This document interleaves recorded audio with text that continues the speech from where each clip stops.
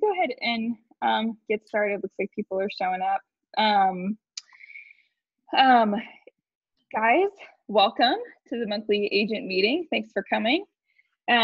We are joined today by the lovely Karen Hensley. You are the, wait a second, I have your title here.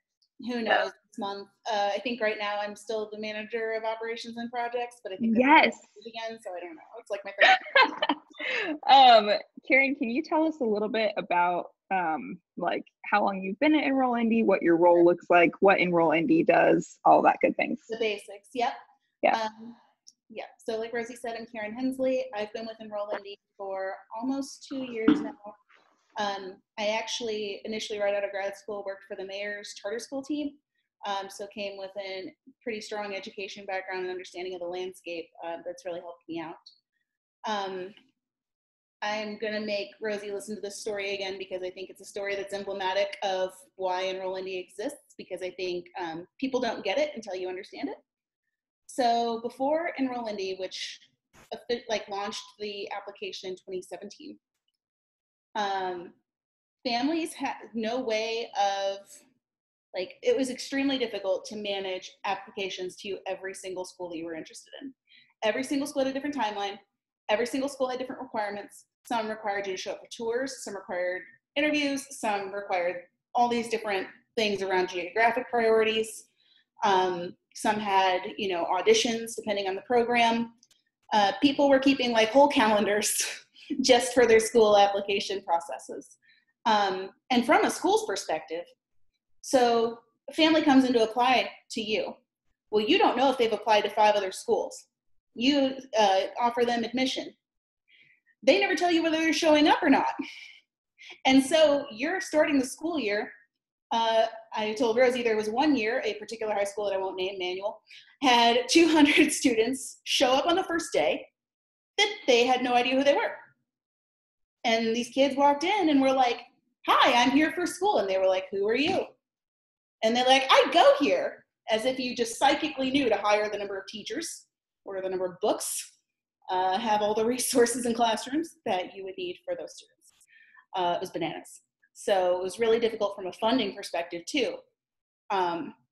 If you didn't know how many students, how were you gonna budget? So it was kind of a twofold thing to make this a more equitable process for families with one application, one timeline, one school match, single best offer system through the lottery, and to help schools know in advance, okay, after round 1, I extended an offer to 100 students, 80 of them completed the registration to claim their seat, we're good to go. And they at least knew that and could plan appropriately. So the one match application system, like I said, launched in 2017. We launched our School Finder, which was kind of an online all-in-one platform to learn about schools in a couple years, 2015, 16 before that. And we like to think that we've done a pretty good job as far as managing this unified enrollment system. Now that we're in our 3rd year, we've kind of got our groove, so. Yes, that's so good. And can you tell us a little bit about your role specifically? What does your day look like? I was afraid you were going to ask me that. I was like, oh, I can dodge this one.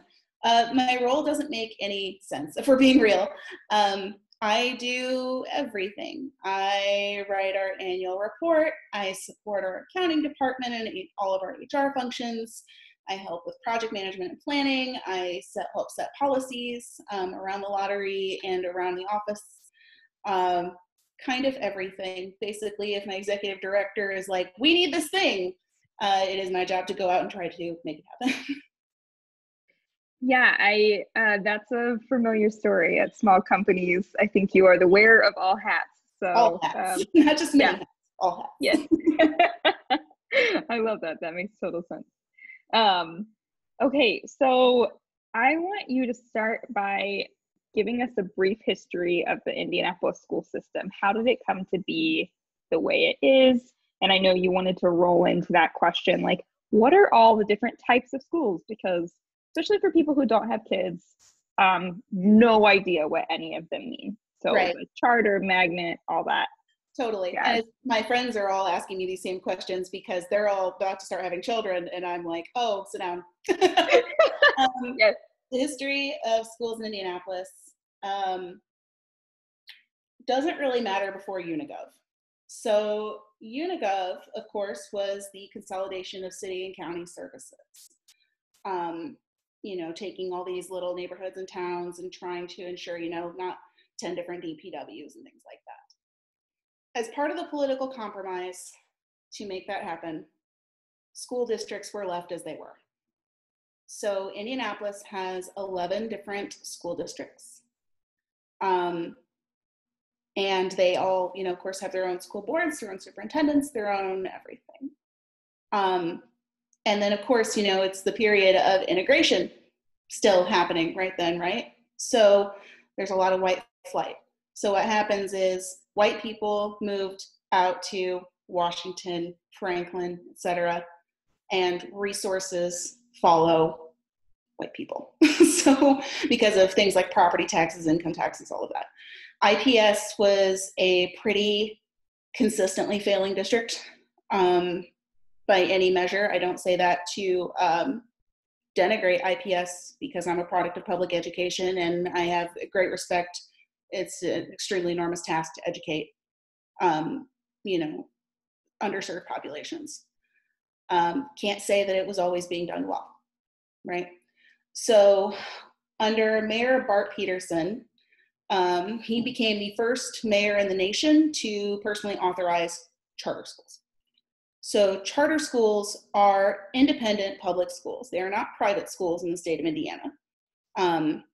They cannot, in the state of Indiana, the school itself cannot be a for-profit organization. Imagine if like School 60, Butler Lab School, I'm sure many realtors are familiar with, was independent of a district and managed all its own operations in-house. That's basically what a charter school is. It's managing its own marketing, HR, everything on its own, and just doesn't have a centralized office to manage all those services. And Karen, would that come about just because the school system itself is or the school district itself isn't in a good place? But yeah, Bart offered it as, shouldn't call him Bart, it's casual. Former Mayor Bart Peterson had a lot of urgency around wanting to offer an alternative to families who felt like they wanted to stay in Center Township or needed to stay in Center Township and felt like the school was not serving them appropriately. So under Mayor Peterson, the first bout of charter schools was created. Mayor Ballard really strongly believed in rapid expansion of that model. And so by the time I left OEI in 2017, I think we were over 44 schools, which included some adult high school campuses, right? So things like the Excel centers that people might be familiar with. But 44 campuses in total, I think it's 50 something now. And so alongside that though, to circle back, IPS expanded its choice program offerings, what we used to just call Magnet, right? So now there are two different kinds of IPS schools. There's your neighborhood school, which is a K-8 school that you always have a legal right to. You always have a legal right to that seat. It is assigned to your address. Then there are choice programs, again, what we used to call Magnet, where you apply. And that's where One Match comes in. If you are interested in, let's say you're like, I don't know, I'm really interested in CFI 70 and Edison 47 and Ernie Pyle 90. You would apply to all three of those programs with one application. And if you got matched, great, but if you didn't, you still always had a legal neighborhood school within the district to attend. So those are the three kinds of public schools that we currently deal with, unless you count innovation schools, which are complicated and a hybrid of district and charter partnership. Okay, so the three things you just mentioned were public, which is where everyone will have a seat always, right? So yeah, all IPS schools and charter schools are public schools, but there's a neighborhood school, which is like your default school that's just assigned to your address. Then there's schools, which are like the opt-in schools. You have to actively apply. And charter schools are also an opt-in situation.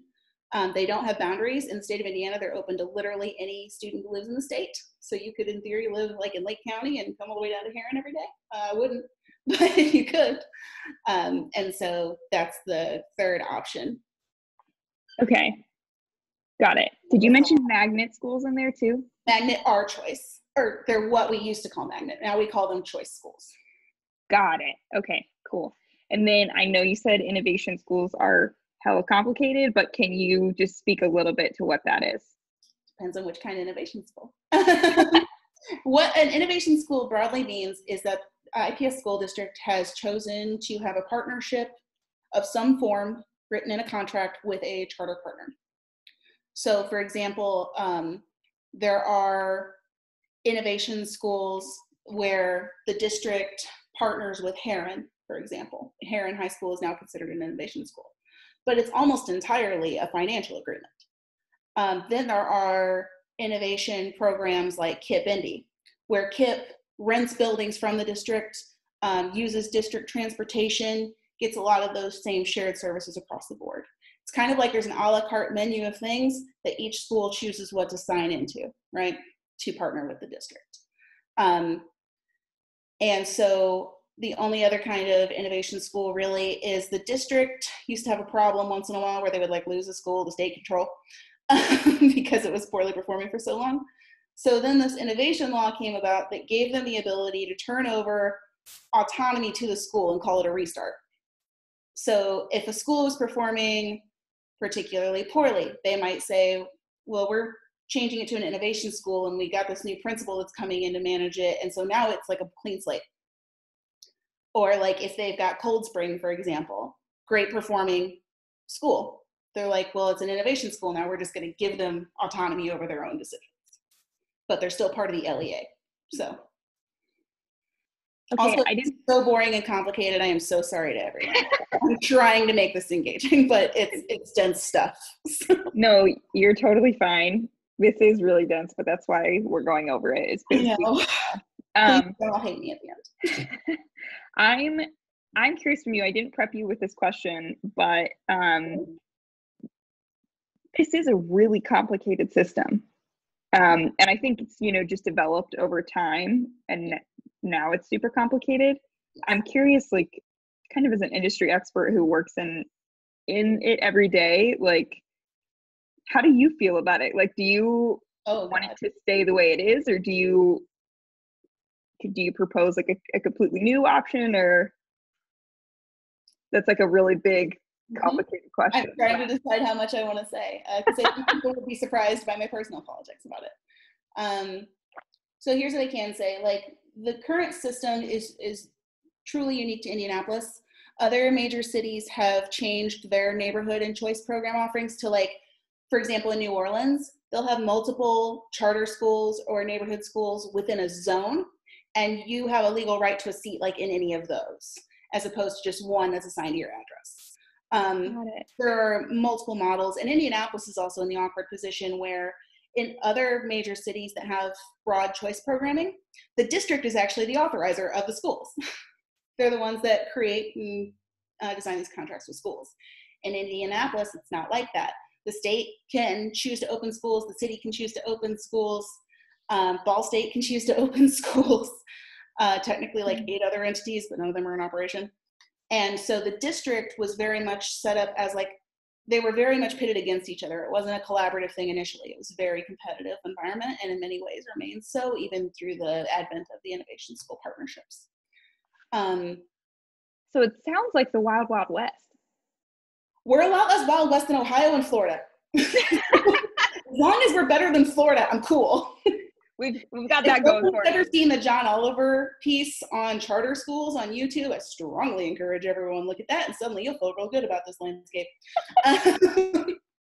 Because we don't have any elementary schools secretly operating as nightclubs at night.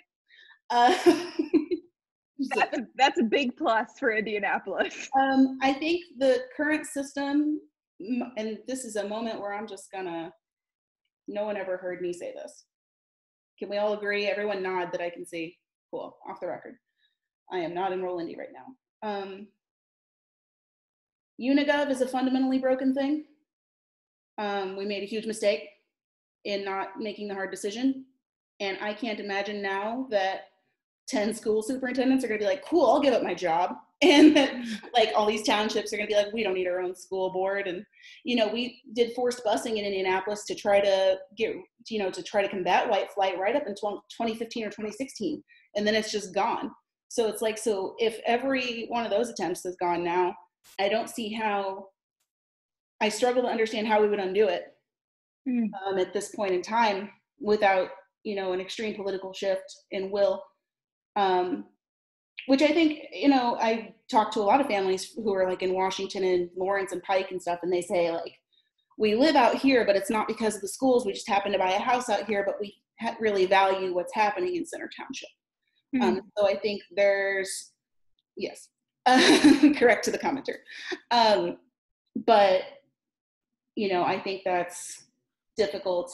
And then I think it's hard where, we've got kind of a 2-tier public school system here in Center Township now, where it's like, so you live, let's say you need a neighborhood school. You don't go to a choice program because you don't want to or don't need to. If you live within a mile of your neighborhood school, they're not going to offer you transportation. And a neighborhood school is a default school that's likely in one of the worst neighborhoods in town. But if you want to go to, for example, some of the CFIs, they'll only give you transportation if you live within, I can't remember if it's a mile or a half mile. So you already live in Meridian Kessler. Like, what are we talking about here?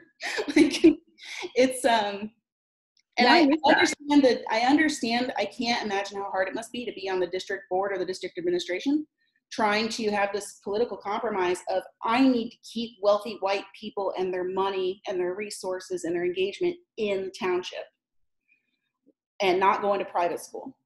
What deal do I have to make politically and in terms of our policies to keep them here, to help keep resources to better serve other students? I can't imagine being in that position, and I do not envy it. Yeah, that sounds really hard. And that's me off my soapbox. So now I can go back to being Enroll Indy and not Karen, hello, I've returned. So. Okay, well, we'll get back to questions then. Can you tell us, what is a lottery and what do we need to know about it?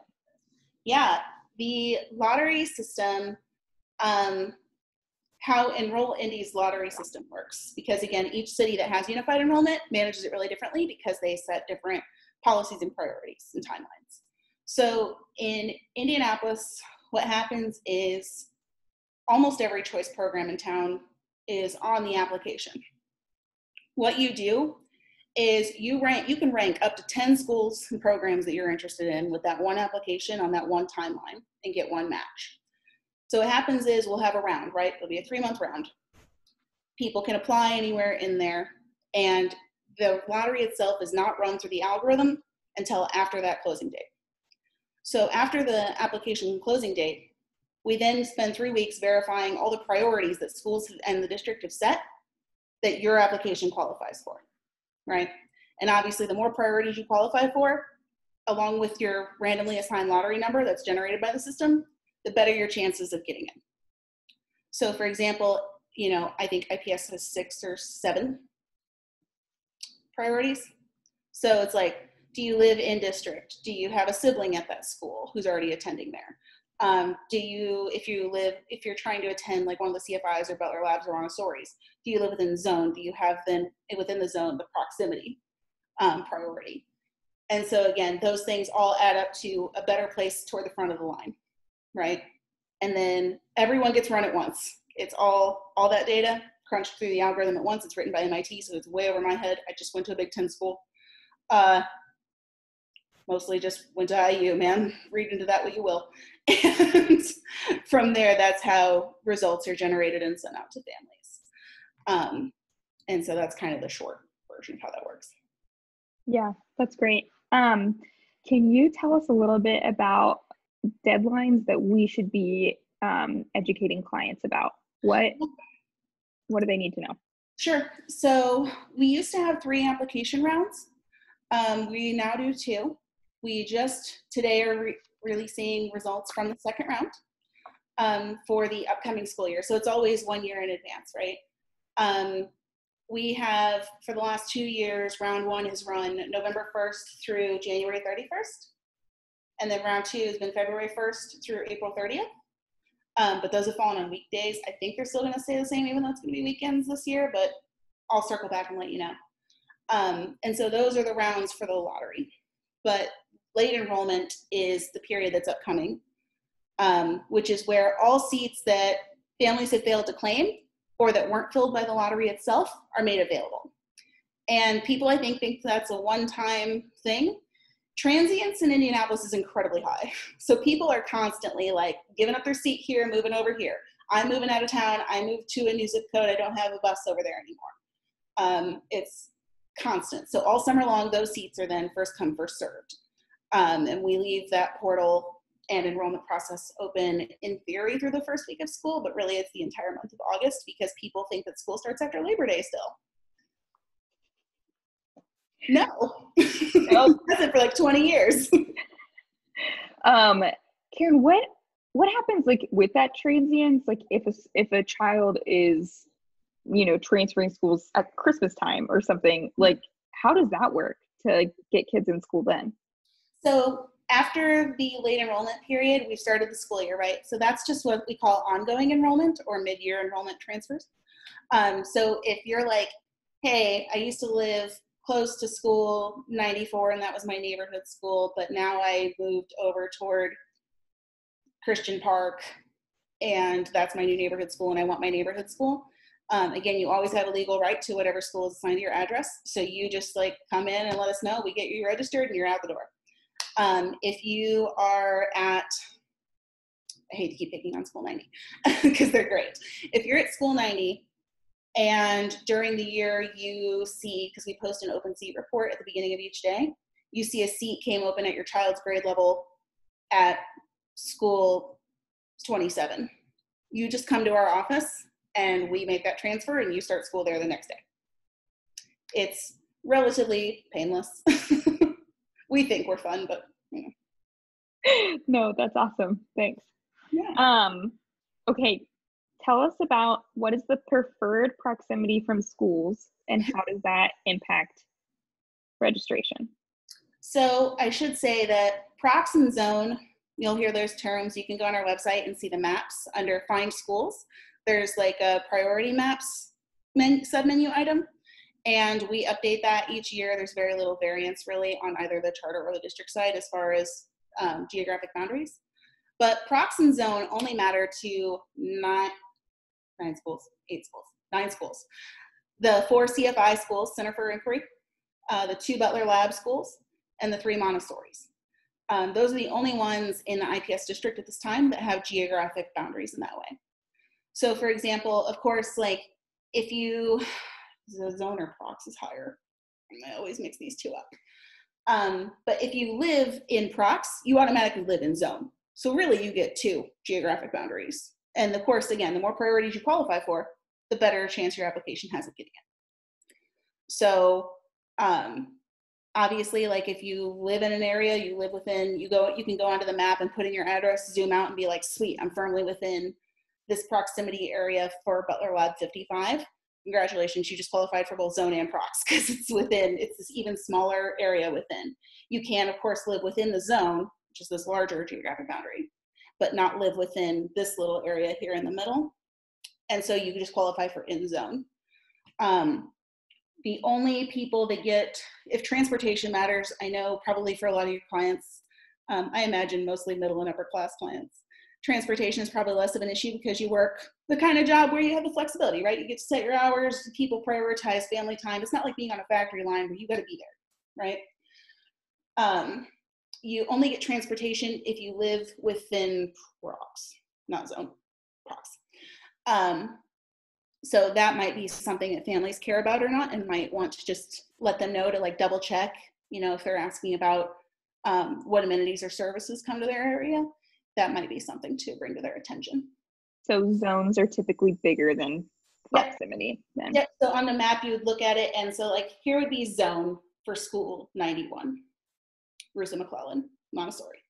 But then like prox would be this little area within that, this even smaller boundary that overlays it. So. Got it. And I've messed around on your website before. You guys have all of this like on your website where you can just plug in your address and see like, oh, these are the schools I would qualify for. Okay. Sorry, it's not the laptop. Yep. On our school finder, you can go in and put in your address so that you can see what schools are close to you. You can see your neighborhood school. It shows up in a little orange pin. You can then, on top of that, you can filter by academic program, athletics, whatever it may be. And as long as the school has taken the time to fill that in, Lord willing, then you would see those results pop up in the sidebar. And like I said, too, on our maps, I wish there were a way to better overlay this and put this into Finder, but it's not really possible right now. You can go to those priority maps, and it's just a big Google map that IPS creates. You can type in your address, zoom out, and you can turn the filters on and off the geographic boundaries to see, okay, well, I only want to see the CFIs, or I only want to see the Butler Labs, or I want to see Cold Spring, whatever it might be. Yeah, that's great. Thank you. We try to provide everything, but again, it's done stuff, and there's just a lot. Right? Yeah, complicated system. Yeah, so we talked about this a little bit. IPS has a notoriously pretty bad reputation, and I think realtors deal with a lot of clients who are like, yeah, I want to move to somewhere where there's better school systems. But from like things that I've heard, I feel like IPS has done a lot of work to start turning that around. I agree. Can you talk a little bit about the work that has gone into that? For sure. And again, I don't work for IPS, so I don't pretend to speak on the district's behalf. I can only speak to what I've seen through Enroll Indy and my time at the mayor's office. The district has been really open, some would say too open, but the district has been really open to doing basically whatever it takes to try to dramatically improve a school in a relatively short amount of time. So being willing to change leadership, being willing to charter or partner with a charter school for management purposes within the school, offering a diversity of programs to try to attract families and say, like, you know, for example, if it's just still School 47, let's pretend it's still just called School 47. It's not a magnet school. It's just a neighborhood school. No one cares. Like, it's a branding issue at the end of the day. But you call it School 47 for the arts, and suddenly you get a whole new clientele with resources and advocacy and power coming in there. And so they can offer this more specialized curriculum. Of course, your child, if you go to a magnet school, you still get the same basics, English, math, the usual, right? Everything that's required of a general education. But more of the elective time or the non-core time is spent on this subject that is the magnet specialty of that school. So again, really drawing in different people and making people think it's sexy, right? Like, it's fun. Everyone wants to go to a Butler Lab school. Butler University is well known. You hear Butler's on an IPS school, you're going. So I think, you know, the district, again, this kind of comes back to the political deal we were talking about earlier, the willingness to offer different things in an effort to attract and retain families with more resources and keep them from leaving for the donut districts or Hamilton Southeast, has been really powerful. And, you know, people ask me all the time, they're like, well, I mean, you can only ever talk about the Montessoris and the CFIs as like the good IPS schools. And I'm like, that's garbage. That's not true. I would say there are several other, excuse me, I have an eyelash situation happening. That was bound to happen. There we go. I personally think there are a lot of really good neighborhood schools. And I think there are a lot of other choice programs that don't get nearly the attention that they should, because they're not, sorry, I'm just willing to do that on camera, don't mind me. It's like, this is a problem and I'm going to solve it. So, you know, that just kind of get overlooked. And I would say IPS's reputation and programming has dramatically improved. Yeah, that was actually going to be one of the questions that I wanted to ask you, because, yeah, I mean, again, as someone who doesn't have kids, all I hear about are Butler Lab and CFI. What are some other, like, really great schools that we should know about? Yeah. Do you want district only or district and charter or renovation? All the above. Can I just say all of the above? Yeah. The moment where I can take off my Enroll Indy hat again and just be Karen and give my unfiltered opinion on this that no one will ever share, because we're in a pact. Sure, this is recorded. I don't know if that has an effect on you. Is it really? Yes. If you forward this, people, I swear to God, I'll hunt you down. I see your names. So, again, I think my boss actually ended up he moved up from New Orleans mid-year to take this role. He's got 3 children, only one of which was school-aged. And he's like, I don't know where I want to send my 9-year-old son. And he started looking, beyond Enroll, Indy. There are other resources out there. The state has Compass, is what it's called, through the State Department of Ed. Just if you Google IDOE Compass, it'll come right up. He's a white man with a black wife. Their child is mixed race, and pretty clearly so. And he starts looking at the subgroup data. And he's like, it's interesting how the CFIs, the white kids all do great. And the kids of color don't necessarily get the same scores, despite sitting in the same classroom. So he chose to send his child to Cold Spring. And Cold Spring's been amazing. They're an A school, which, again, the grades are a moving target, but they're still always consistently a strong school. I personally have a lot of love for Thomas Gregg, School 15 on the east side, East Side Pride. Edison 47's great. Ernie Pyle's great. On the charter side, I'm biased because I work at the mayor's office and oversee some.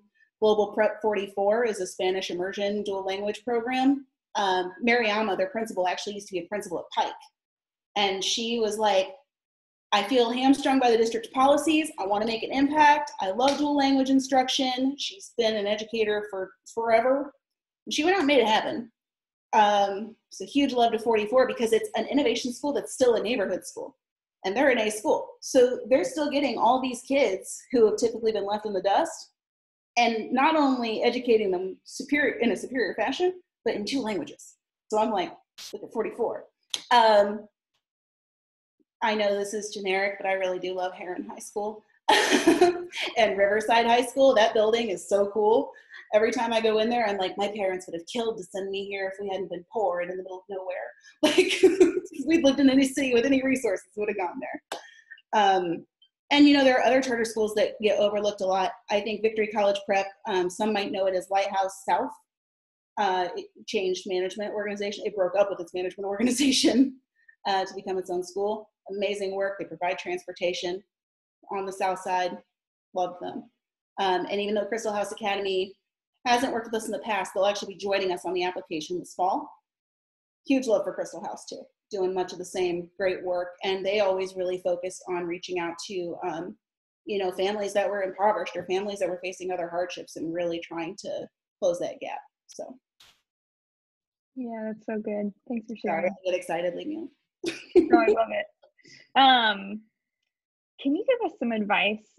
What should agents say when their clients do speak negatively about IPS or we can't state at our clients, so there's that whole element, but maybe some words of encouragement for clients that are maybe wanting to move downtown but are nervous about the school. I think I think an important thing is not dismissing people's concerns because historically they were not wrong, right? And so I think it's totally fine to be 20 years ago, man, leave. I get it.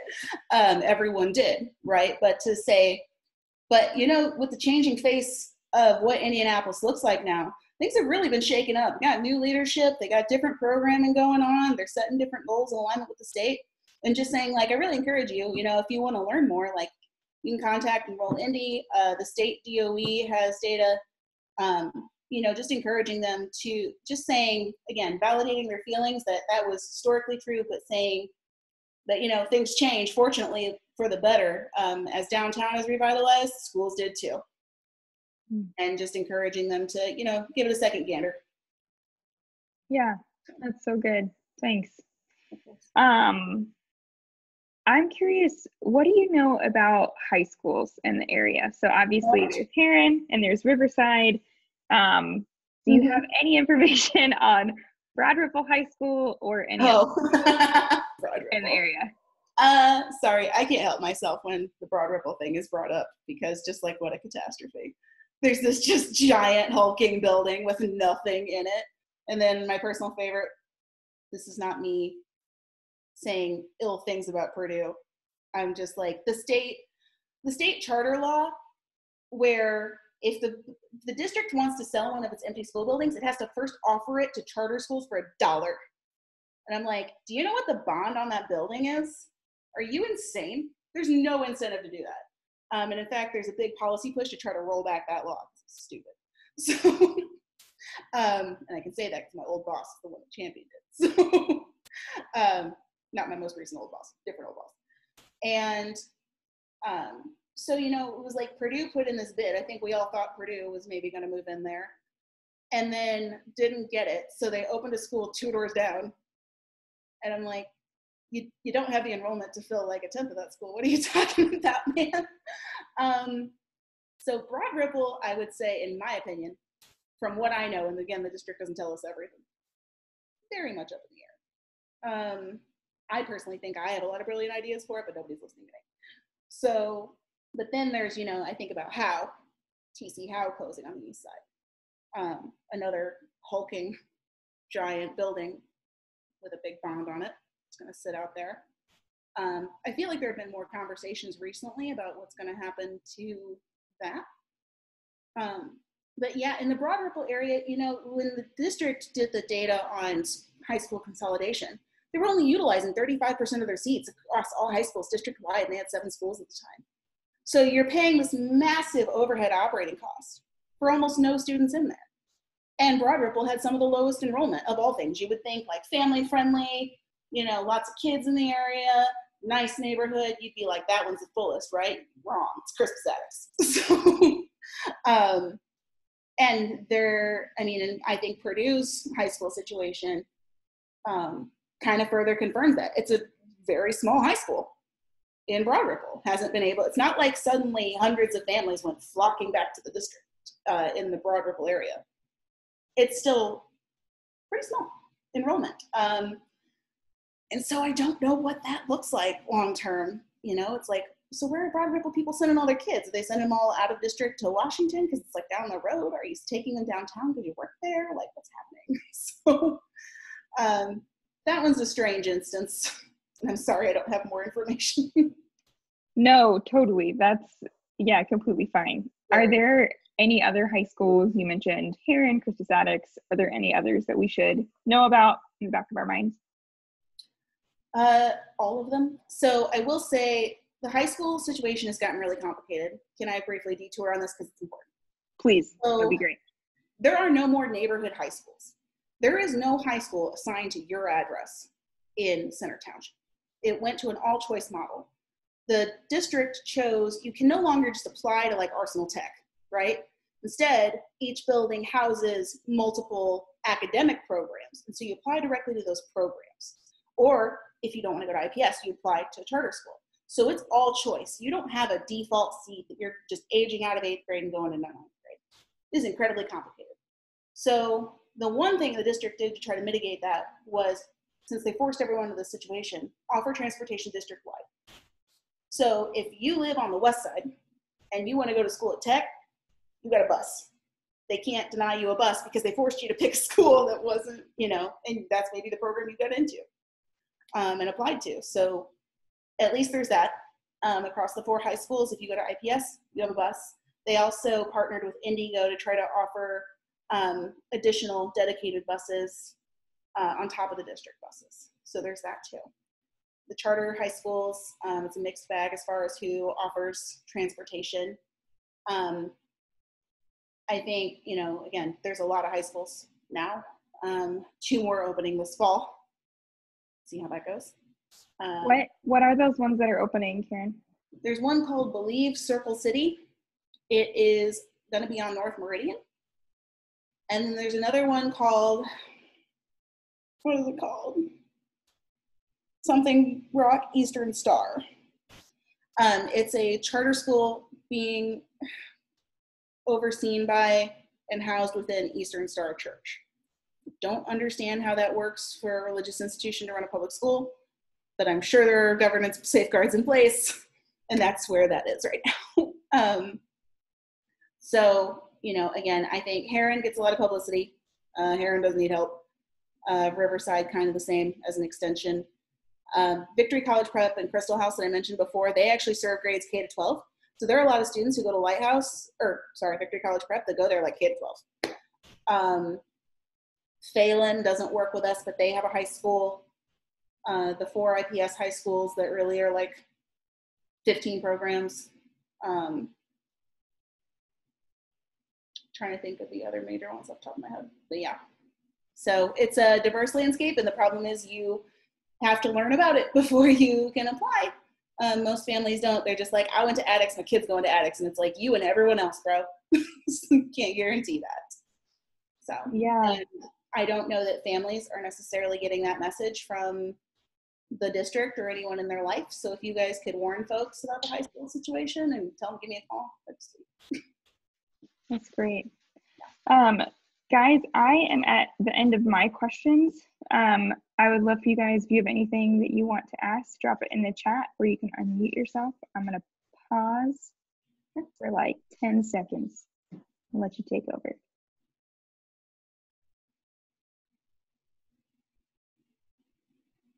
Also, I think I've proven I'm not shy, so ask me whatever you want, and I'll probably answer it, much to everyone's chagrin.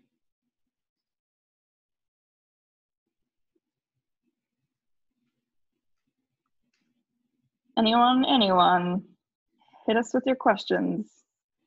The easy ones, the hard ones. We're here for all of them. If you're so bored and you're like, I'm done with this conversation, my feelings aren't hurt. It's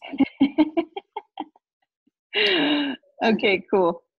Well then I'm going to wrap it up. Karen, thank you so much for coming today and shedding some light on what is a crazy complicated situation. Much appreciated. Yeah, absolutely. Oh, we just got a question from Ryan Lloyd. Is that correct?